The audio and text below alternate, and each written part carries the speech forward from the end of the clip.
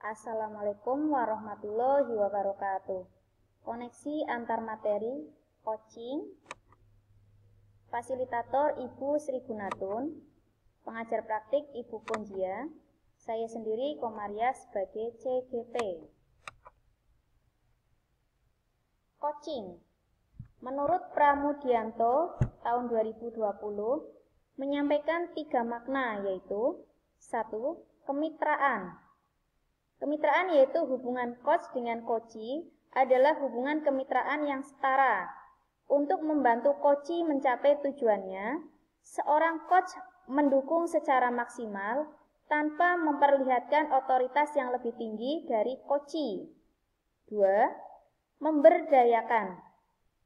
Proses inilah yang membedakan coaching dengan proses lainnya. Dalam hal ini, dengan sesi coaching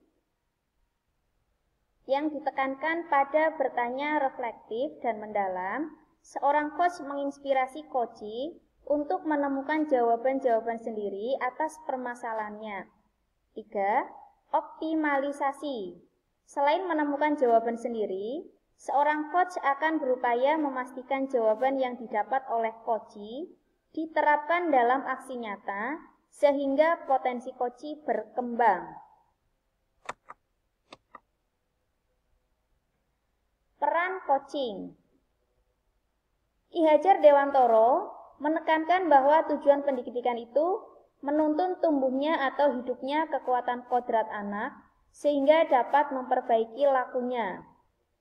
Peran seorang coach atau pendidik adalah menuntun segala kekuatan kodrat atau potensi agar mencapai keselamatan dan kebahagiaan sebagai manusia maupun anggota masyarakat. Dalam proses coaching, murid diberi kebebasan, namun pendidik sebagai pamong dalam memberikan tuntunan dan arahan agar murid tidak kehilangan arah dan membahayakan dirinya.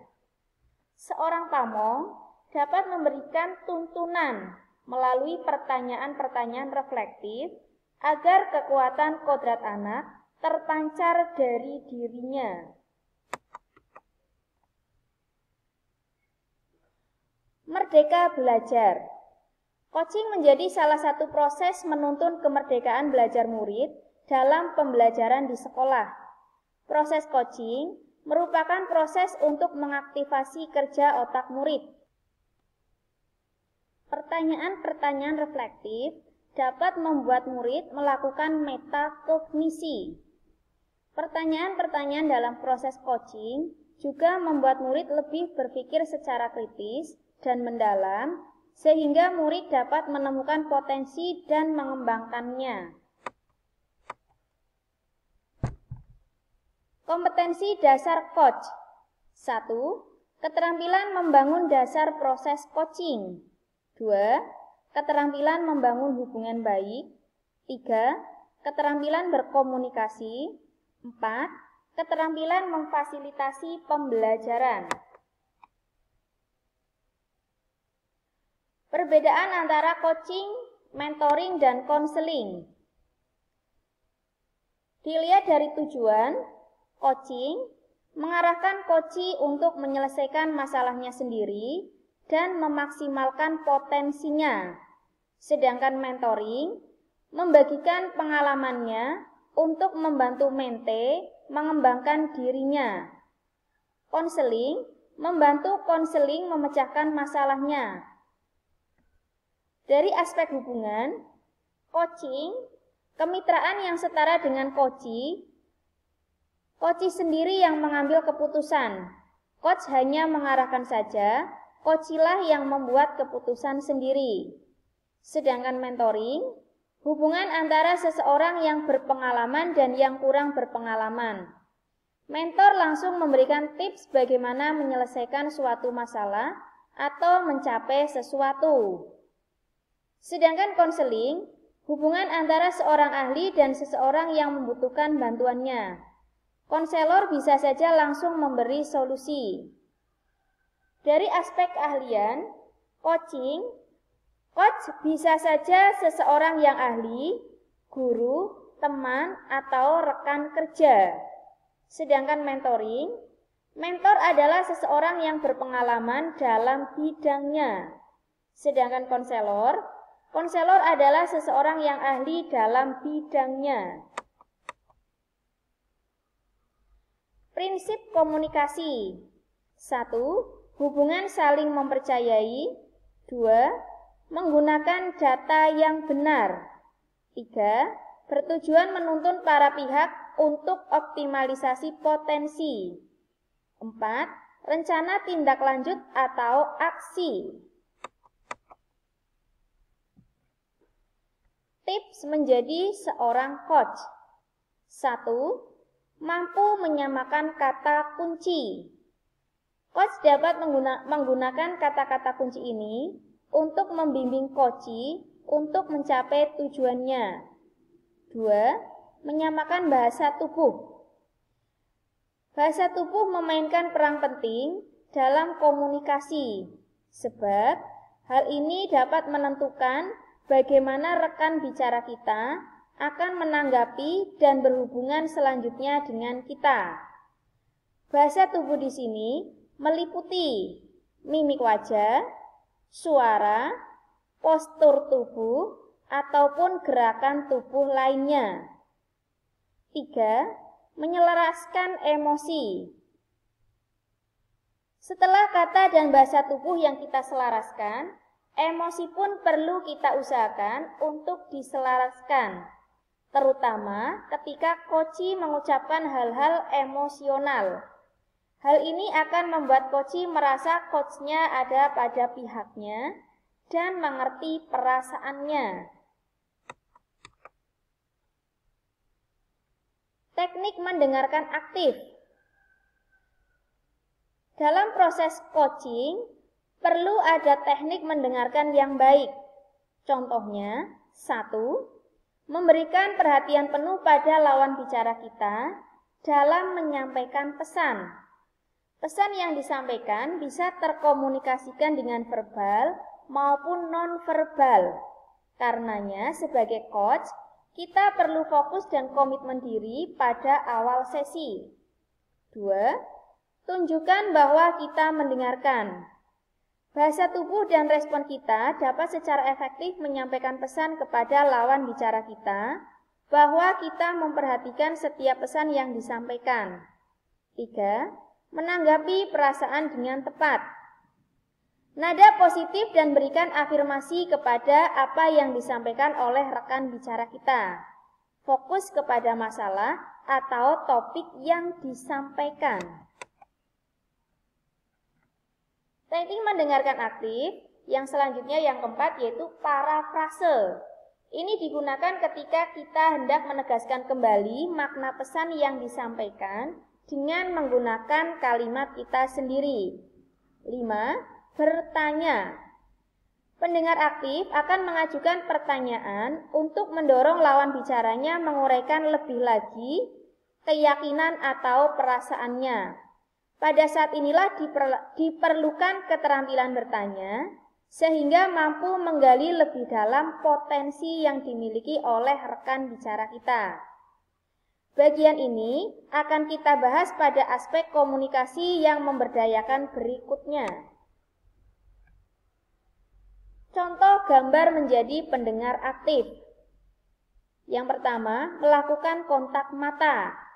Kedua, mendengarkan lawan bicara. 3. Ulangi apa yang Anda dengar. 4. Anggukan kepala. 5. Menunggu. Menunggu lawan bicara berhenti sebelum berbicara. 6. Fokus. Fokus kepada apa yang dikatakan. 7. Beritahu lawan bicara jika kamu mengerti atau tidak mengerti. 8. Ajukan pertanyaan. 9. Merespon dengan bahasa tubuh yang tepat. 10.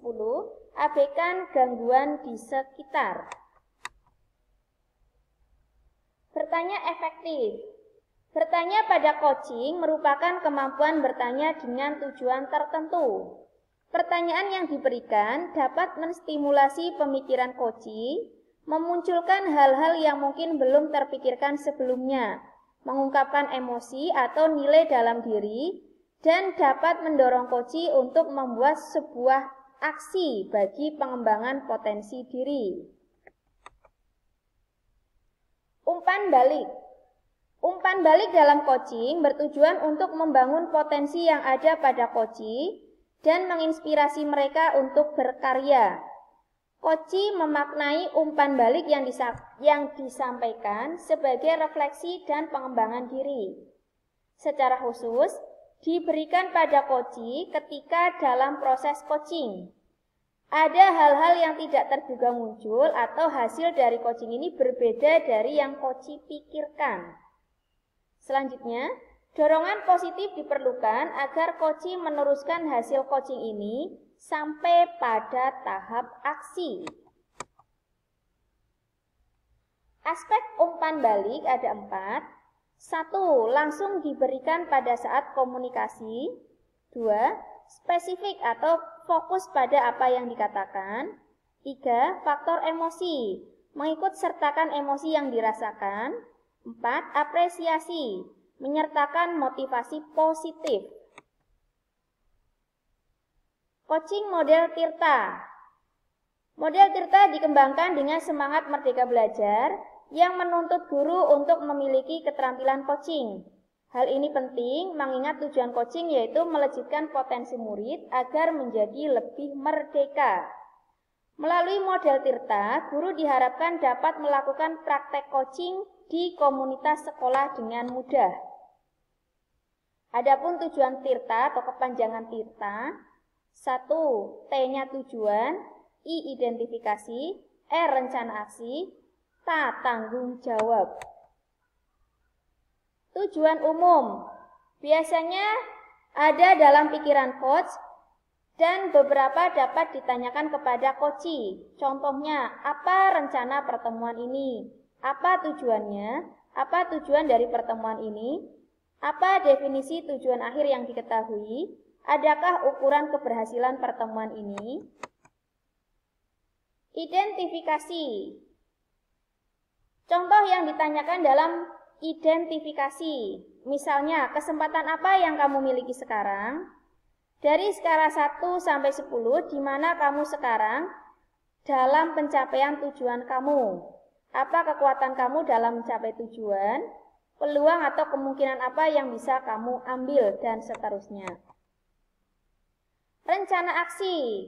Beberapa pertanyaan yang mengacu pada rencana aksi, contohnya, apa rencana kamu dalam mencapai tujuan?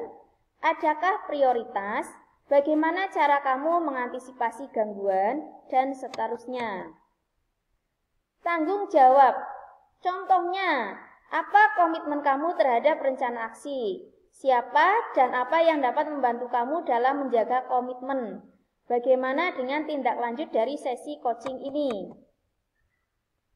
Dampak coaching adalah melejitkan potensi murid agar menjadi lebih merdeka. Keterkaitan coaching dengan modul sebelumnya, peran dari guru penggerak tentunya akan lebih maksimal jika memiliki keterampilan atau kompetensi yang sesuai dengan tujuan pendidikan, salah satunya yaitu coaching. Dengan coaching, kita dapat membantu siswa mengatasi atau menemukan solusi dari permasalahannya dengan mempertimbangkan aspek diferensiasi dan pembelajaran sosial emosionalnya. Contoh rancangan aksi dalam praktek coaching. Latar belakang kebutuhan murid untuk menemukan solusi dari permasalahannya. Tujuannya untuk mencari solusi dari permasalahan murid dan memaksimalkan potensi murid. Tolak ukur bukti bahwa siswa mampu mengatasi permasalahannya. Tindakan yang dilakukan, melakukan praktek coaching dengan tahapan tujuan. Coach perlu mengetahui apa tujuan yang hendak dicapai coach dalam sesi coaching. Kemudian reality atau hal-hal nyata, proses menggali semua hal yang terjadi pada diri coach.